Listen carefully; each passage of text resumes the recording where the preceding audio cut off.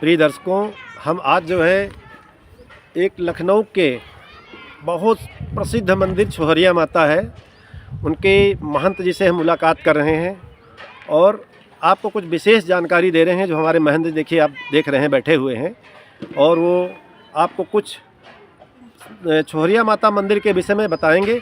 महंत जी, आप छोहरिया माता मंदिर के विषय में आप जानकारी दीजिए हमारे दर्शकों को। माता जी के बारे में मैं आपको बताऊं कि मेरा नाम लालता प्रसाद प्रजापति उर्फ लल्ला बाबा है। हम 23 से 84 तक रोडवेज में ड्राइवर थे।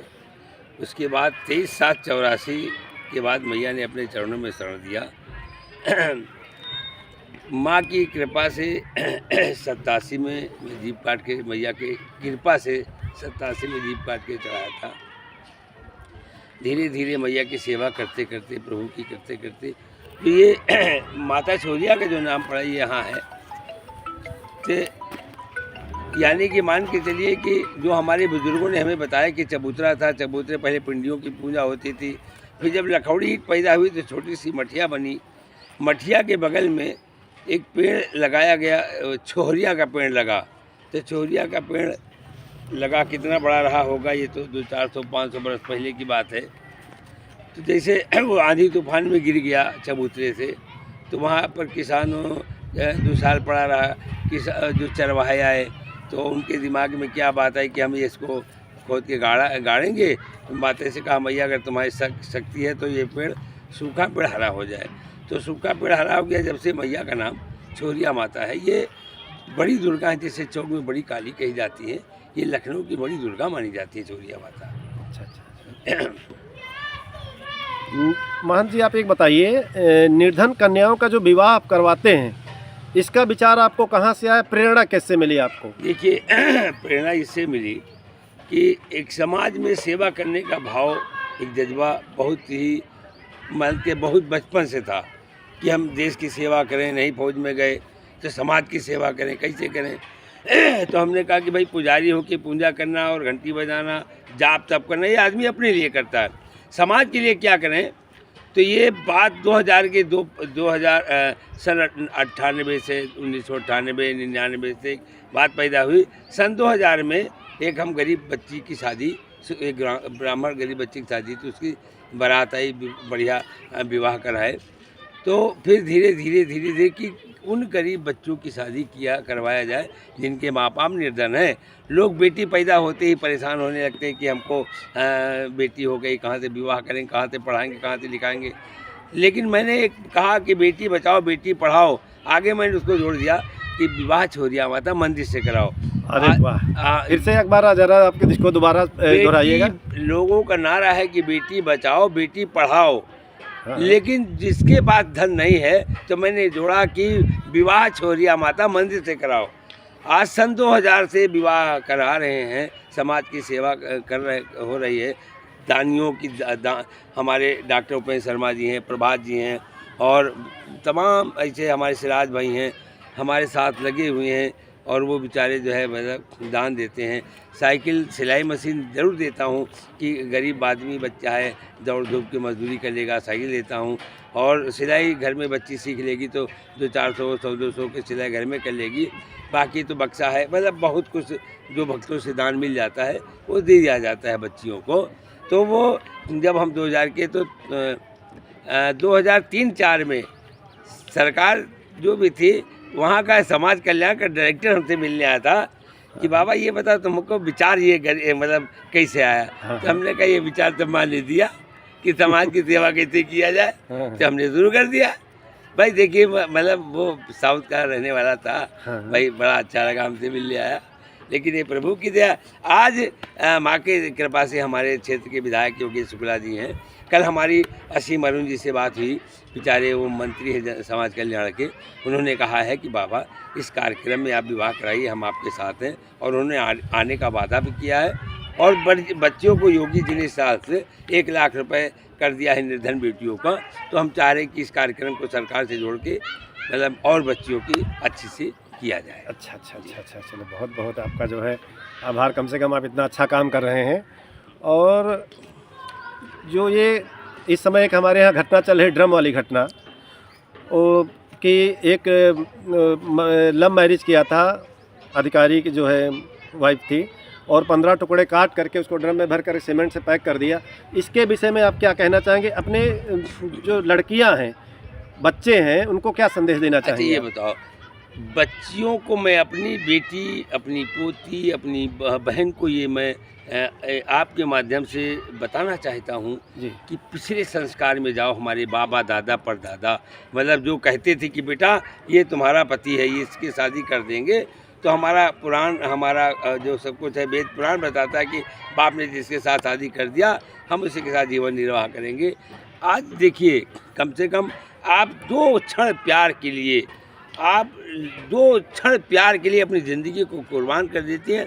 उस माँ बाप को भूल जाती हैं जिसने जीवन भर आपको पैदा किया, आपको इतना पढ़ा लिखा के बड़ा किया। क्षण मात्र प्यार के लिए, थोड़े से आनंद के लिए, उस परमानंद के लिए आप अपने माँ बाप को और अपने जीवन को समाप्त कर देती हैं। और देखिए, जो माँ बाप जहाँ से शादी करता है वो पूरा समाज जिम्मेदार होता है, प्रभु जिम्मेदार होता है। लेकिन आप भाई अब अपनी मर्ज़ी से करोगी तो उसके लिए क्या किया जाए? अब वो आप खुद स्वयं जिम्मेदार हैं। आप इधर उधर से शादी करोगी, कम से कम ये तो जान लो कि कहाँ का रहने वाला है, किस समाज का है, हमारी समाज का है कि नहीं, उससे आप परीक्षा करो। लालीपाप में 2 सेकंड के लालीपाप में आप अपनी ज़िंदगी पूरी उसकी नैया में डाल देती हो, ये अच्छी बात है। ये पढ़ और ज़्यादातर पढ़ी लिखी लड़कियाँ कर रही, गाँव की कोई अनपढ़ लड़की ऐसा नहीं कर रही है। अच्छा, तो आप जो ये नए ज़माने की बहू हैं, बहू बेटियां जो भी हैं, उनको क्या संदेश देना चाहेंगे? हम ये संदेश देना चाहेंगे कि हर माँ बाप, हर सास ससुर कभी नहीं चाहेगा कि हमारी बहू की शान घटे, हमारी बेटी की शान घटे। हर माँ बाप, हर सास ससुर, वो बहू हमारी शान है, वो बहू हमारे घर की इज्जत है। हर माँ बाप, हर सास ससुर अपनी इज्जत को बना के और बचा के रखने की पूरी कोशिश करता है। ये प्रभु की दया है। अच्छा, समाज में जो जघन्य अपराध हो रहे हैं, इसका जिम्मेदार आप किसको मानते हैं? हम इसका जिम्मेदार जैसे हम अपने बच्चों को, हमारी बीवी है, हम अपने बच्चों को थोड़ा सा ज्ञान नहीं देंगे तो हम आने वाले भविष्य को, इसके जिम्मेदार हम स्वयं हैं। अच्छा, हम भविष्य को नहीं सुधारेंगे, हम गलत हैं तभी तो हमारा बच्चा है। अब आज देखिए, आजकल अब मोबाइल का सारा ज़माना है और पता चला कि माँ बच्चा रो रहा है, आप वो क्या करें कि मोबाइल दे दिले बेटा देखो, उसमें गंदी पिक्चर भी आ रहे हैं, तो देख देख के फिर बच्चा मतलब कैसे वो सुधरेगा? आप बताओ पहले। तो आपके विचार से कि बच्चों को मोबाइल, देखिए, हम सुधरेंगे तो जग सुधरेगा। हाँ, हम ये कहते हैं कि आप मोबाइल बढ़िया वाला जो रखे 2.5 लाख वाला, उसको टाइम से यूज़ करो जब बच्चे सो जाएं। बटन वाला मोबाइल से आप अपने रिश्तेदार से बात करो, माँ बहन से बात करो। लेकिन हम तो भाई जिसके ये देखें, लेकिन अब आजकल सारा फैशन हो गया है, अगर चलना है तो हाथ में मोबाइल है तभी फैशन है, वरना कोई मतलब नहीं। तो समाज में ऐसी घटनाएं ना घटें, इसलिए आप विश्व को संदेश, हमारे समाज को संदेश, हमारे पूरे विश्व को क्या संदेश देंगे आप? हम संदेश ये देंगे, हम सुधरेंगे तो जग सुधरेगा। हम अपने को सुधारना नहीं चाहते तो बच्चे क्या सुधरेंगे? जब बाप दारू पिएगा तो बच्चे को कैसे मना करेगा कि बेटा दारू नहीं पियो? अगर माँ मान के चलिए कि ज़्यादा कम वस्त्र पहन के चले तो बेटी को कैसे मना कर सकती कि बेटा इतने कम वस्त्र नहीं पहनो? हम अगर ढंग से हैं तो हमारी बच्ची भी, देखिए अब मैं क्या बताऊं, हम बच्चियों को जिम्मेदार नहीं ठहरा रहे, हम बच्चियों गलत जा रहे हैं, इसके जिम्मेदार हम स्वयं हैं। माँ बाप को जिम्मेदार है, ये प्रभु की दया है। जहाँ तक हमारा ज्ञान है, हम अपने बच्चों को समय नहीं दे पाते हैं। अच्छा, ये भी एक समय बहुत बड़ा कारण है। समय बहुत बड़ा कारण है। आप अपने बच्चे को डेली जो है आप ज्ञान दीजिए, बेटा उस रास्ते से जाओ नहीं, आप उनके ऊपर भरोसा ना करो। स्कूल जाओ तो स्कूल सीधे घर आओ, नहीं तो वो तुम्हारा दोस्त फंसा के ले जाएगा, बहला के ले जाएगा, तुमको कटवा देगा, तुमको बम्बई घुमा देगा, तुमको बेच देगा। हम अगर ऐसा ज्ञान अपनी बच्चियों को देंगे तो एक बार जाने से पहले वो रुकेगी। मेरा बाप, मेरी माँ ने कहा था मैं पहले घर चलूँगा, उसके बाद इसके साथ नहीं जाऊँगा।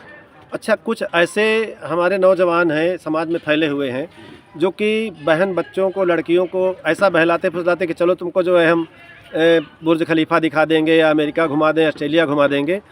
तो उनको जो गलत संदेश दे करके ले जाते हैं और घटनाएं घट जाती हैं, विदेश में जाकर इनको बेच देते हैं, उनके विषय में आप क्या कहेंगे? हम तो ये कहेंगे कि घूमने की बात जब करे जब लड़की शादीशुदा हो जाए, लड़की के जब पति हो जाए उसके बाद या तो माँ बाप के साथ जाए, अपने भाई परिवार के साथ जाए, या तो जब शादी हो जाए अपने पति के साथ जाए, चाहे वो बुर्ज खलीफा दिखावे और चाहे दिल्ली दिखावे और चाहे तीनों त्रिलोक दिखावे, अपने पति के साथ जाएगी तो। लेकिन अगर किसी अन्य आदमी के साथ जाएगी तो उसके विचार मन में क्या चल रहा है वो अंतर्यामी लड़की नहीं है। हाँ हाँ हाँ। वो तो कहीं ना कहीं अपने फायदे के लिए आपकी सुंदरता देख के बम्बई भेज दिया, कहीं दिल्ली भेज दिया, जाओ मरो कटो, अब वहाँ से तुम आ नहीं सकती, बाद में पछताती है। क्या करें, मम्मी की बात मान लेती थी, ये हादसा नहीं होता, वो जान देने के अलावा कुछ करती नहीं है। हाँ, वो भी संभव नहीं हो पाता है, वापस भी नहीं आ पाती हैं। और आप जो इन कन्याओं की शादी करवाते हैं, विवाह करवाते हैं निर्धन कन्याओं को, उसमें उनको भी यही संदेश देते हैं आप? मैं उनसे ये कहता हूँ, देखिए शादी के बाद मैं एक संदेश देता हूँ उनकी उन बच्चियों को और उनकी माँ को, कि अगर लड़की की माँ चाहेगी तो ये लड़की ठीक रहेगी ससुराल में। सबसे ज़्यादा ससुराल में उनकी माँ बिगाड़ती है। बिटिया तुम तनी रहो, हम तुम्हारे साथ हैं, दबना नहीं, ठीक है? तो बेचारा पति क्या करेगा? अब ये बताओ, गरीब है, आपको मैनेज करना पड़ेगा। हमारे पति के पास जो है, जिस तरह से चरपैया है, जिस तरह से भोजन है, जो बर्तन है, उसी में आपको गुजारा करना। थोड़ा सा आप मेहनत करोगी, पति का कोऑपरेट करोगी तो भगवान आपको अच्छे से रास्ते से दिखाएगा। मेहनत करोगी, तरक्की मिलेगी। मान दीजिए आपके पीछे बच्चे खड़े हुए, साथ हम खड़े हुए, इनको क्या संदेश देंगे आप? अरे बच्चे, इन बच्चों को मैं पूरा ज्ञान देता हूँ। शाखा लगती है संघ की, ये हाँ। संघ की शाखा में रहते हैं और ये आरती होती है, पूजा पाठ में इनको सबको ध्यान देता हूँ और ये कहता हूँ कि समय से आओ और समय से खेल कूद करो और पढ़ाई भी करो और प्रभु कृपा करेगी। अपने माँ बाप का सुबह पैर छुओ, आशीर्वाद लो। यही जो संस्कार के ज्ञान है वही देता रहता हूँ। और बच्चे हमारे मानते भी हैं, सब बातें मंदिर के बच्चे सब मानते हैं। अच्छा महंत जी, हमारा एक आखिरी प्रश्न ये है कि जो बच्चे लव मैरिज करते हैं, अरेंज मैरिज होती है, सबसे अच्छी किसको मानते हैं आप और क्या संदेश देंगे इसके विषय में? देखिए, लव मैरिज अरेंज मैरिज तब तक चलती है जब तक हमको लगता है कि लड़की के दिमाग में है कि जो है लड़के के पास जब तक दौलत है तब तक वो उसके साथ रहेगी। आदमी अगर लगा है, जब तक उसके मतलब थोड़ा सा सुंदरता है, कहीं से सुंदरता बिगड़ी वो उसको छोड़ देती है, वो उसको छोड़ देता है। लेकिन जहाँ माँ बाप 7 फेरे वाली शादी करवाता है वो शायद रुपए में 2-4% छूटती, वरना छूटती नहीं है। चलिए, आपका बहुत बहुत धन्यवाद। जय छोहरिया माता की जय।